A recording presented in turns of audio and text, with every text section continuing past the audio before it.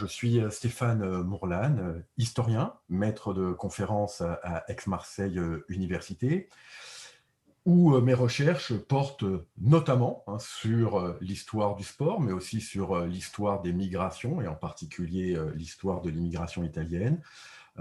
Et il m'arrive parfois, fréquemment même, de croiser ces deux champs que sont l'histoire des migrations et l'histoire du sport. Alors je suis vraiment ravi de vous présenter aujourd'hui, dans Temps de sport, un livre que je considère comme une référence.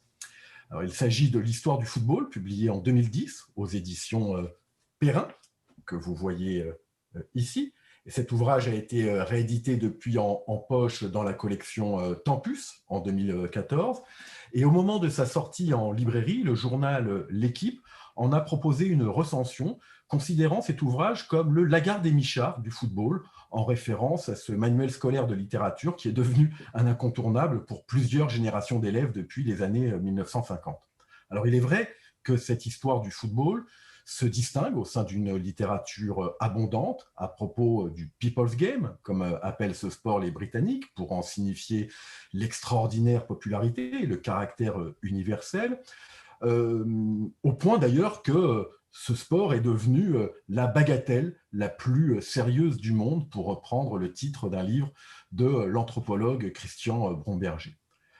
Dans les rayons des librairies ou des bibliothèques, parmi le foisonnement de titres en diverses langues consacrés au football et à son histoire, le livre dont je vous parle aujourd'hui se distingue d'abord parce qu'il est l'œuvre d'un historien, une corporation loin de disposer du monopole sur le sujet.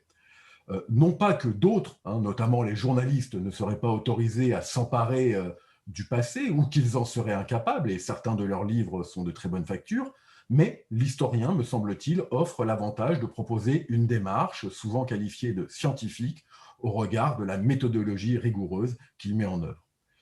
Bien, cette démarche, Paul Dietschi, l'auteur de cette histoire du football, la maîtrise parfaitement de par sa formation et son expérience professionnelle d'enseignant-chercheur. Il est ancien élève de l'École normale supérieure, il est agrégé et docteur en histoire, il a été longtemps maître de conférences en STAPS et il est aujourd'hui professeur d'histoire contemporaine à l'Université de Franche-Comté, et il anime par ailleurs depuis plusieurs années un séminaire particulièrement intéressant d'histoire du sport au Centre d'histoire de Sciences Po Paris. Alors, Paul Dietschi est un historien qui connaît bien son sujet, auquel il consacre ses recherches depuis plus de 25 ans. Il est l'auteur de dizaines d'articles, de chapitres d'ouvrages et d'ouvrages sur l'histoire du sport. Et nombreux sont sans doute les étudiants qui connaissent son précieux manuel dans la collection Carré Histoire de chez Hachette, Sport, Société et Culture en France du 19e siècle à nos jours, qu'il a coécrit avec Patrick Claas. Depuis sa thèse d'histoire consacrée au football à Turin, Paul Dietschi a consacré une très large part de ses travaux à l'histoire du football, dont il est assurément l'un des meilleurs connaisseurs. Et d'une certaine manière, l'ouvrage publié aux éditions Perrin se présente comme une synthèse d'un parcours de recherche nourri aux meilleures sources. Alors, il s'agit là d'une qualité élémentaire pour un travail d'histoire que de s'appuyer sur des sources, mais il convient ici de le souligner, tant cette qualité n'est pas toujours première dans la littérature consacrée au football. Alors, Paul Dietschi s'appuie non seulement sur sa connaissance étendue de l'historiographie internationale, mais aussi, comme tout historien qui se respecte, si je puis dire, sur un vaste corpus de sources, parmi lesquelles figure bien sûr la presse, souvent mobilisée par les historiens du sport, les mémoires publiées par les différents protagonistes, qu'ils soient joueurs, entraîneurs, dirigeants ou encore journalistes, mais il s'appuie aussi sur des archives des organisations et des institutions sportives, et notamment les archives de la Fédération internationale de football, avec lesquelles Paul Dietschi entretient une familiarité de longue date. À partir de là, comme même à dire les footballeurs et les entraîneurs, Paul Dietschi propose une véritable histoire totale du football, depuis, comme il l'écrit, son coup d'envoi dans l'Angleterre du 19e siècle, une histoire qui n'est pas hors sol, mais qui est toujours contextualisée et inscrite dans des dynamiques variées, qui, contrairement à ce qu'en dit souvent le discours sportif, ne reste pas ces dynamiques aux portes des stades, et bien au contraire, ils pénètrent, traversent les terrains de football, ils posent leur empreinte, tandis qu'en retour, le football rayonne bien au-delà des enceintes sportives. C'est donc à la croisée de différents champs historiographiques que se situe ce livre. On y trouve d'abord une histoire du jeu, de l'évolution des pratiques, y compris dans leur matérialité. Il prête notamment attention aux évolutions des règles, des tactiques et techniques, mais aussi l'évolution des compétitions, qu'elles soient nationales ou internationales, sous l'égide de fédérations dont les conditions et les modalités d'émergence, de fonctionnement, de développement sont particulièrement bien analysées. Cette entrée par l'histoire des institutions ouvre vers une histoire sociale du football qui met en exergue le rôle moteur joué par les élites. Et on rappelle que le football, comme les autres sports modernes, est né dans les établissements d'enseignement supérieur privés destinés aux jeunes aristocrates de l'Angleterre victorienne. On rappelle aussi que les dirigeants du football appartiennent aux catégories sociales les plus favorisées, à l'instar de Jules Rimet, le président de la Fédération française de football, et de la FIFA, le créateur de la Coupe du Monde, qui, bien que d'origine modeste, exerce sa profession d'avocat. Mais comme le rappelle Paul Ghiacci, le football n'est pas resté l'apanage des élites. Et il analyse les modes de diffusion, d'appropriation de ce sport au sein du monde ouvrier, où se recrutent non seulement les pratiquants, mais aussi les spectateurs de plus en plus nombreux dans les stades. Ils sont ainsi plus de 100 000 déjà dans les stades anglais, à la charnière du 19e et du 20e siècle. Surtout des hommes dans les stades, il faut bien le dire. Et Paul Ghiacci tâche d'expliquer en quoi le football participe aussi de la construction du rapport entre sexes et pourquoi, en dépit d'une histoire riche, les footballeuses restent, selon la formule qu'il emprunte à Simone de Beauvoir, le deuxième sexe du football. Il n'en reste pas moins que l'engouement suscité inscrit le football dans la culture de masse qui émerge à l'orée du XXe siècle. De cette histoire culturelle, dont les historiens Pascal Horry ou Jean-François Sirinelli ont bien déterminé les contours, les objets, les enjeux, et bien de cette histoire, le livre de Paul Ghiacci n'ignore rien. Et dans cette histoire sociale des représentations, selon la définition donnée par Pascal Horry à l'histoire culturelle, une histoire attentive aux conditions de production, de médiation, de réception des objets culturels, il convient, comme le fait Paul Ghiacci, de s'attacher à l'analyse du rôle joué par les médias dans le processus de construction et de développement d'un sport-spectacle.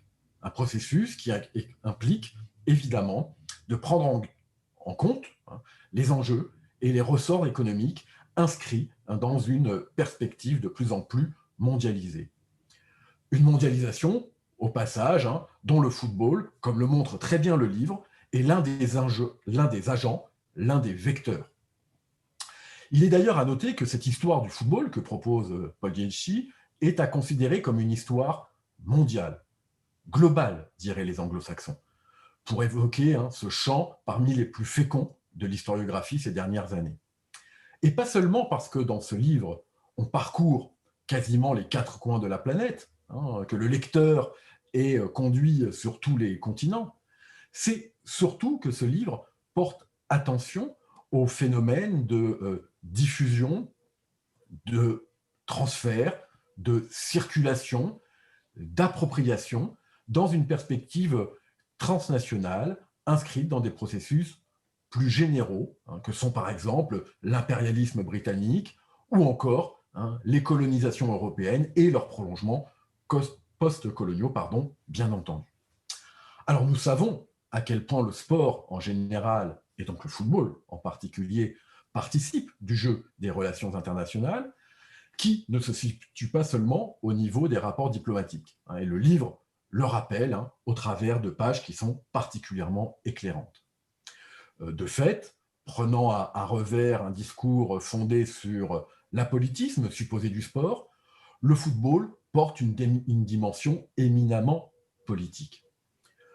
Pour qui n'en serait pas encore convaincu, le livre apporte au travers de nombreuses pages une démonstration consistante et convaincante, prolongeant notamment les analyses déjà développées par Paul Dietschi dans l'histoire politique des Coupes du monde de football, publié en 2006, et dont il est l'un des auteurs.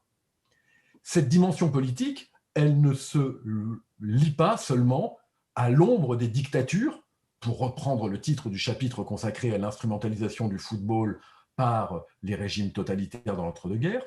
Et cette dimension politique du football est bien plus large, et le livre en explore plusieurs facettes que je vous invite à découvrir. Cette histoire du football est donc, vous l'avez compris, un livre dont je recommande vivement la lecture. Une lecture rendue aisée par la plume alerte de l'auteur, une lecture qui peut à la fois se faire dans la continuité et la totalité de l'ouvrage, ou bien par feuilletage au gré de chapitres suscitant l'intérêt ou la curiosité. Une lecture qui réjouira les passionnés du ballon rond, qui trouveront le récit d'une histoire érudite, susceptible d'enrichir leur culture footballistique. Mais ce livre ne s'adresse pas seulement à eux, bien évidemment. Il est d'une lecture, me semble-t-il, indispensable pour tous ceux et celles qui portent intérêt à l'histoire des sociétés contemporaines, dont le sport en général, et plus encore le plus populaire de ces sports, le football, constitue un aspect non négligeable. Et le livre de Paul Dietschi est là aussi pour le rappeler. Je vous remercie, et puis peut-être à bientôt sur la chaîne Temps de Sport. Partagez, commentez, abonnez-vous, car enseigner, c'est répéter.